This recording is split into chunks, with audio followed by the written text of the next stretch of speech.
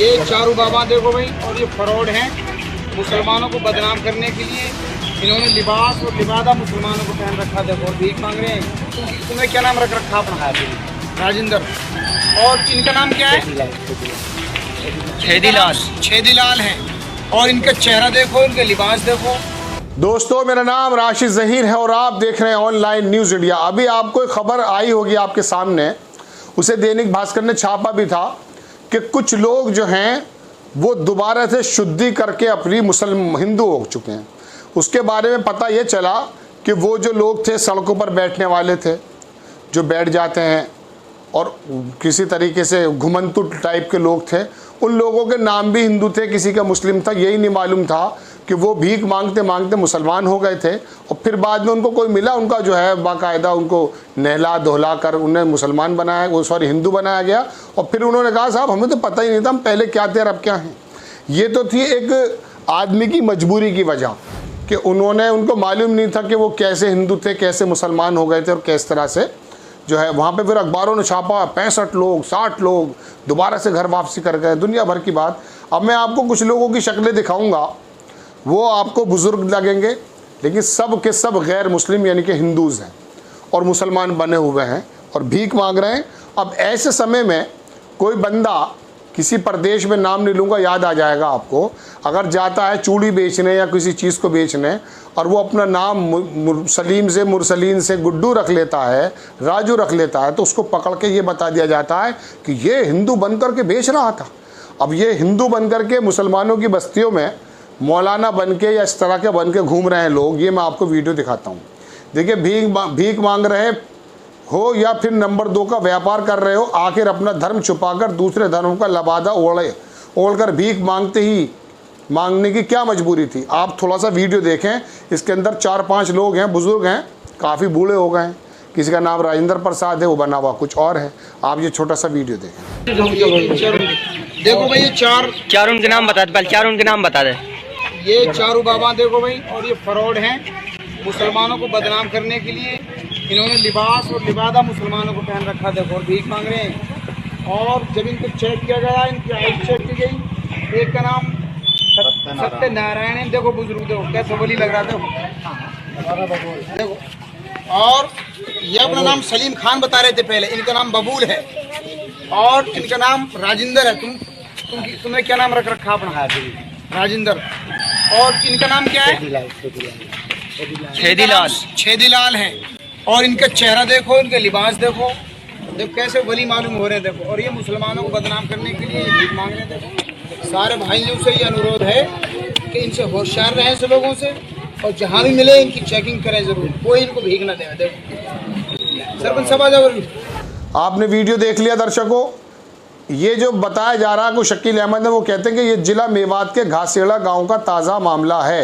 ये मेवात की घटना बताई जा रही है, हम कोई पुष्टि नहीं कर सकते, लेकिन इन्होंने वीडियो में खुद कहा कि हमारे नाम क्या क्या।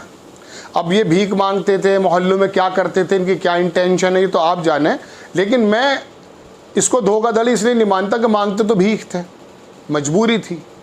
लेकिन बात यह है कि हालात ये है कि आप इमेजिन करके देखिए कि अगर कोई मुसलमान साधु का वेश बन करके चला जाता तो उस वक्त उसका हाल क्या हुआ होता। आपको याद है कि कितने दिन में वो जेल से आया था, एक बंदा चूड़ी बेचने चला गया था वहाँ मध्य प्रदेश के किसी जगह, वहाँ उसको पकड़ा गया, फिर कहा साहब इसके हाथ में, इसकी जेब में तो दो इसका जो आधार कार्ड है उसके अंदर तो नाम बदला हुआ है। आधार कार्ड की स्थिति बताऊं दर्शकों कि आधार कार्ड के अंदर जेर ज़बर इनके मात्राओं का इतना खेल है, किसी का नाम कुछ है और किसी का नाम कुछ है। बहुत ही कम लोग जागरूक हैं जिन्होंने अपने आधार कार्ड को सही करा रखा है, वरना अक्सर हमारी सरकारी चूक कहिए कि नामों के आगे मात्राएं या डंडे ऊपर नीचे लगे हुए हैं। तो बहरहाल कहने का मतलब यह है कि अगर इमेजिन कीजिए कि यहाँ पर ये लोग मुस्लिम होकर के कोई हिंदू का लिबास बना देते, तो ये बताइए मेन स्ट्रीम मीडिया इस समय आपके कितने कान खा रही होती। और मैं समझता हूँ कि ये बता दिया जाता कि पाकिस्तान से या बांग्लादेश या किसी भी ऐसे मुस्लिम मुल्क से आयातित लोग हैं और ये जो हैं रोहिंग्या हैं और इन्होंने आकर के हिंदू धर्म पर अटैक करने की कोशिश की है। लेकिन यहाँ पर ये मुस्लिम लोगों ने इसको पकड़ा, कोई मार पिटाई वाली बात नहीं है। हाँ, इनका ज़रूर वीडियो शो किया जा रहा है ताकि भविष्य में लोग ये शांत हो जाएं, लेकिन इनकी इंटेंशन क्या है? आज बात आइडेंटिटी की इतनी वो हो चुकी है कि अगर मुसलमान कोई हिंदू का द्वेष धारण करके चला जाएगा तो वो तो बहुत ज़्यादा इशू बन जाता है, लेकिन यही हिंदूज लोग अगर मुसलमान का वेशभूषा करते हैं तो ये कोई खबर नहीं बनती। और ख़बरों की बात तो ये सुनिए दर्शकों कि आज आइडेंटिटी का इतना ज़बरदस्त एक इशू बन चुका है कि कर्नाटक के अंदर मंदिर के बाहर जो दुकान लगाने वाली दुकानें थीं वो लगभग 700 दुकानों में 400 दुकान कोई खिलौने बेचता है, कोई कुछ करता है, इस तरह के छोटे मोटे काम करता है, उसको वहाँ के लोकल प्रशासन ने, नगर निगम ने और मंदिर की जो समिति है उन्होंने कहा यहाँ कोई मुस्लिम दुकान नहीं लगाएगा। बात ये खबर नहीं है, मैं सच कह रहा हूँ आपसे, लेकिन आइडेंटिटी पे आपको लेकर आना चाहता हूँ। देश में कहीं पर भी कुछ भी हो जाया जा सकता था। आपके साधु मुस्लिम बस्ती में आके भीख मांगा करते थे, भिक्षा मांगा करते थे, और मुसलमान जा करके मंदिरों के आगे भी मांग लिया करते थे, कोई प्रॉब्लम नहीं थी। आज इतनी ज़्यादा संकीर्णता बन चुकी है और आइडेंटिटी इतना बड़ा इशू बन चुका है दर्शकों कि ये लोग अगर पकड़ गए तो हमें भी खबर बनानी पड़ रही है, जबकि ये कोई खबर ही नहीं है। मैं अपनी खबर को खुद बता रहा हूँ आपको, लेकिन आइडेंटिटी का इतना बड़ा मसला है कि कहीं किसी की दाढ़ी काट दी जाती है, कहीं किसी का कुर्ता पकड़ लिया जाता है, कहीं किसी को कुछ मारा जाता है, वरना पूरा देश था, कहीं पे कोई भी आ जा सकता था। अभी एक डिबेट में मैं था दर्शकों टीवी की, तो उसमें क्या हुआ कि यति नरसिंहानंद के एक साथी बैठे हुए थे, तो उन्होंने यति नरसिंहानंद ने, अब तो पता नहीं क्या हुआ, ये ऐलान कर दिया था अभी पिछले 1.5 महीने पहले, 1 महीने पहले, कि मैं जुमे के रोज़ जामा मस्जिद में जा करके कुरान के बारे में नुपुर शर्मा की बातें बताऊँगा। तो वो मैं बोला, मैं कहा साहब बताइए, ये मुनासिब नहीं है, देश का हाल ऐसा नहीं है, अभी यति जी को इस तरह की बात नहीं करनी चाहिए। तो वो क्या बोलते हैं, उनके साथी जो थे, मैं नाम भूल रहा हूँ, बोले अरे साहब क्या देश में कोई जगह है क्या वहाँ जा नहीं सकते? मैं कहा नहीं, देश के हर एक आदमी को इतनी इजाज़त है, वो कहीं भी जा सकता है, यति जी भी आ सकते हैं और वहाँ के इमाम साहब भी कहीं जा सकते हैं, कोई रोक टोक नहीं है कानूनन। लेकिन माहौल वो कह ही रहे हैं कि मुसलमानों के बीच में जुमे के बीच में जाके कुरान को पढ़ूंगा और बताऊंगा नुपुर शर्मा ने कितनी बात कही है। तो आप ये बताइए क्या वहाँ पर वो ये माहौल था?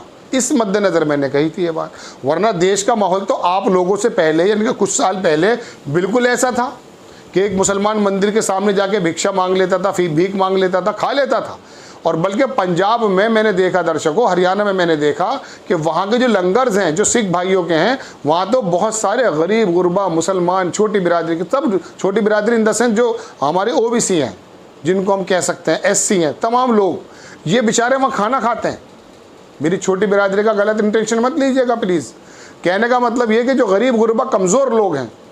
अब यहाँ पर मसला ये हो चुका कि साहब मंदिर के आगे ना कोई मुस्लिम खड़ा नहीं होगा और मस्जिद के आगे कोई हिंदू खड़ा नहीं होगा। तो ये इमेजिन करके देखिए कि आइडेंटिटी कितना बड़ा इशू बन चुका है। बहरहाल कुछ लोग मुस्लिम बनकर भीख मांगते हुए पकड़े गए, आप भी इन लोगों से अलर्ट रहिए। आपको खबर कैसी लगी अपनी राय कमेंट्स बॉक्स में ज़रूर दीजिए। चैनल को सब्सक्राइब कीजिए, शेयर कीजिए। नेक्स्ट टाइम में किसी खबर के साथ आता हूँ। जय हिंद। इस खबर को अभी लाइक करें, शेयर करें, अभी चैनल को सब्सक्राइब करें और घंटी जरूर